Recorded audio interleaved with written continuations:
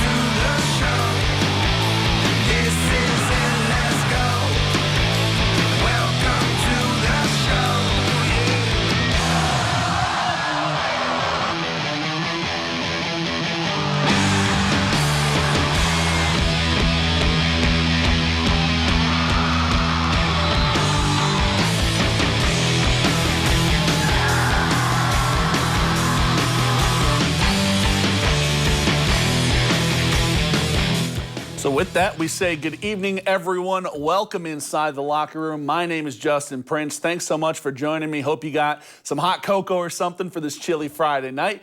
Well, we are officially at the point in the high school football season where you're playing for a trophy every single Friday night. Regionals are upon us. 6 area teams with chances to bring home a trophy tonight.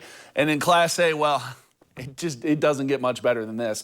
Forget one of the best small school rivalries. This is one of the best rivalries in the state, period, in my opinion. That's right. It's South Adams, Adams Central squaring off in the locker room's final game of the week. AC ranked number 3 in 1A, South Adams number 7.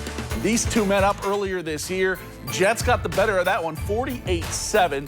Now, this is the 5th time in the last 3 years these two have met up.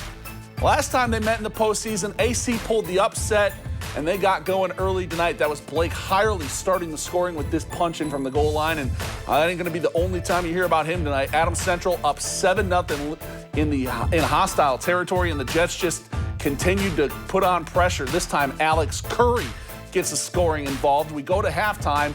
AC's up 14-0. After the half, the Jets, they just kept on coming. This time, it's Hirely again. Dude is a monster. Just a big run there. Second score of the day. Lead up to 21. Later on, quarterback Ryan Black decides he wants to get on the fun himself. You're going to see him get into the end zone for a 28-point lead.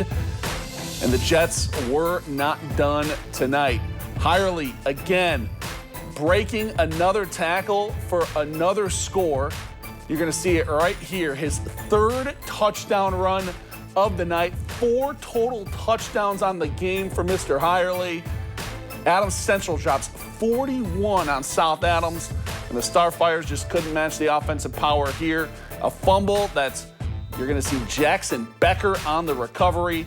Adams Central advances with a 41-0 shutout victory over South Adams, the regional champs for the 2nd time in 3 years. Up in Butler, Eastside Blazers hosting Eastbrook out of Marion. Both teams undefeated coming into this one. First quarter, who else but Laban Davis for Eastside. Taking the snap, scrambles in from a few yards out. The Blazers go up 7-0 halfway through the first quarter. And yes, plenty more from Mr. Davis tonight. Later in the second quarter, it's Davis again calling his own number, finds the gap, gets away from the defense, and there he goes. Extra point, no good, so Eastside up 13-0, at halftime. On to the second half. Panthers used the quick snap throughout the game, and it certainly worked here from a yard out for their first touchdown. You're going to see it off of that play action fake that cuts the lead to 13-7. And then in the fourth, Eastside going to put this thing to bed. Davis is going to get the snap, and I can bet you guess what happens next. Yeah, 51 yards to the residents. 2-point conversion good, puts Eastside up 21-7, but the Panthers not done yet. Quick pass here from Jet Engel to Gage Engel. Sets the Panthers up inside the 5, and then it's going to be Gage taking the snap, punches it in, cuts the deficit back to 7, less than a minute to play. Eastbrook's got to kick the onside, but Eastside would recover. and that's all she wrote. Victory formation, Davis kneels it out, and the celebration begins in Butler. Eastside knocks off Eastbrook 21-14. They are regional champs. To the courtyard in Class 3A, Norwell at home hosting Brebeuf tonight. Braves get the ball first, and after a long kickoff return, they waste little time in this one. Noah Buckman finds Max Walters in the back of the end zone. Right away, Braves up 7. Norwell looking to answer here. Nice screen pass from Leighton Bailey to John Baxter puts the Knights in good field position. And with the wind, field goals a lot easier tonight. Austin DeLeon with the kick. It's right through the uprights. Knights down 7-3 there. But then the Braves just started to pull away. They pick things up on offense. Buckman finds Jack Myers this time. Nice little juke, frees himself, able to find a lot of room down deep inside Norwell territory. Then on the goal line, pitch goes to Myers. Looks like he's going to be stopped short.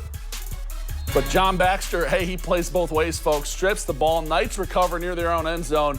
Then to capitalize on that mistake, this ain't going to help things. Bailey, flush from the pocket, can't escape. He's taken down on the painted turf. That is a safety and gives the ball right back to the Braves, and you can't do that against an offense this quick. Pitch to Clark. Clark Sweet, who finds some sweet space in front of him, picks up a big gain on third down, keeps the drive alive, and then in the red zone, it's Myers. Again, similar play, similar results. Touchdown makes it 16-3 game. Brebeuf takes this one tonight, 38-9. The final Norwell season comes to a close. All right, we head down to the Circle City, Class 5A Regional. Zionsville hosting Dwenger for the second straight year. Eagles got the ball first, marched right down the field. That was a 6-minute drive capped off by Gage Benkert. It's 7-0. On the ensuing kickoff, Henry O'Keefe picks up the ball around the 10, and away he goes. Count them, 6 Eagles get a piece of him, but none of them can bring him to the ground. Are you kidding me? 90 yards to the crib. Saints tie the game up at 7 after the extra point, and their defense, it came to play too. Troy Tippmann comes up with the big sack to force Zionsville. There's a different Tippmann every time we call a highlight. Back comes Zionsville, though, and they add on Christian Abney, gets in on the QB keeper. Zionsville goes on to end Dwenger's season with the 35-14 victory. Final stop in Indiana comes in 6A. Carroll hosting Westfield with a regional title on the line. Chargers got the ball first and started marching right down the field. Jeff Becker completes to Cooper Rudolph on the sideline. That's a first down. A couple plays later, Becker gonna call his own number, gonna pick up another first down. Yeah, he's gonna survive a hit here, get out of bounds. That's another first down. Chargers have good things going, but then just a couple plays later, Becker overthrows his target. He's gonna be picked by Trayvon Hatchett. Now, Becker gonna get a little revenge here on this one. Gets a big hit at the end of this play. Oof. Thought the ball came out, but the refs ruled it down, so it's Shamrock's ball. They take over and they march right down the field. Maximus Webster keeps it on the option, gets in for the game's first score. Rocks go up 7. Carroll would get the ball back, but they would cough it right back up. Becker gonna fumble the ball here. His second turnover of the day. It's recovered by Tyler Dekos. Westfield gets the ball back after the turnover, and they turn it into some more points. You're going to see Caleb King split the uprights for the field goal, makes it a 10-0 game at half. Last check in this one, Westfield was up 23-8 in the fourth quarter, so that one's still going on.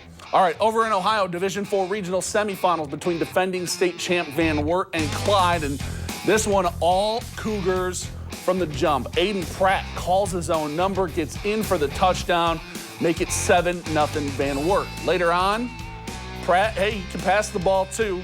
You're gonna see him hook up with Trey Laudick here down inside the Clyde 5-yard line.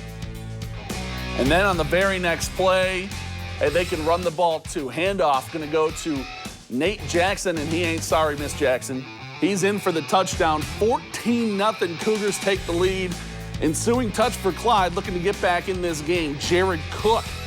You're going to see him picked off in the end zone here by Laudick. He's going to take it back for a long return. Ooh, that's a nice little grab there from him. Going to take it back for the long return, and, well, eventually Van Wert would end up turning this thing into some more points. You're going to see Aiden Pratt in a second here to Connor Pratt. It's going to be another Cougar touchdown, makes it 21-0. Van Wert rolls into the regional final with the 48-14 victory. They're going to face Port Clinton next week for the regional title. And it is time for our play of the night. No lack of beautiful plays. We got that kickoff return. We had that beautiful pick. But, hey, you got to go with our boy Laban Davis. 51 yards to the residents in another upset for the Blazers over Eastbrook. Eastside winners 21-14. They are regional champs and on to semi-state. So congrats to the Blazers.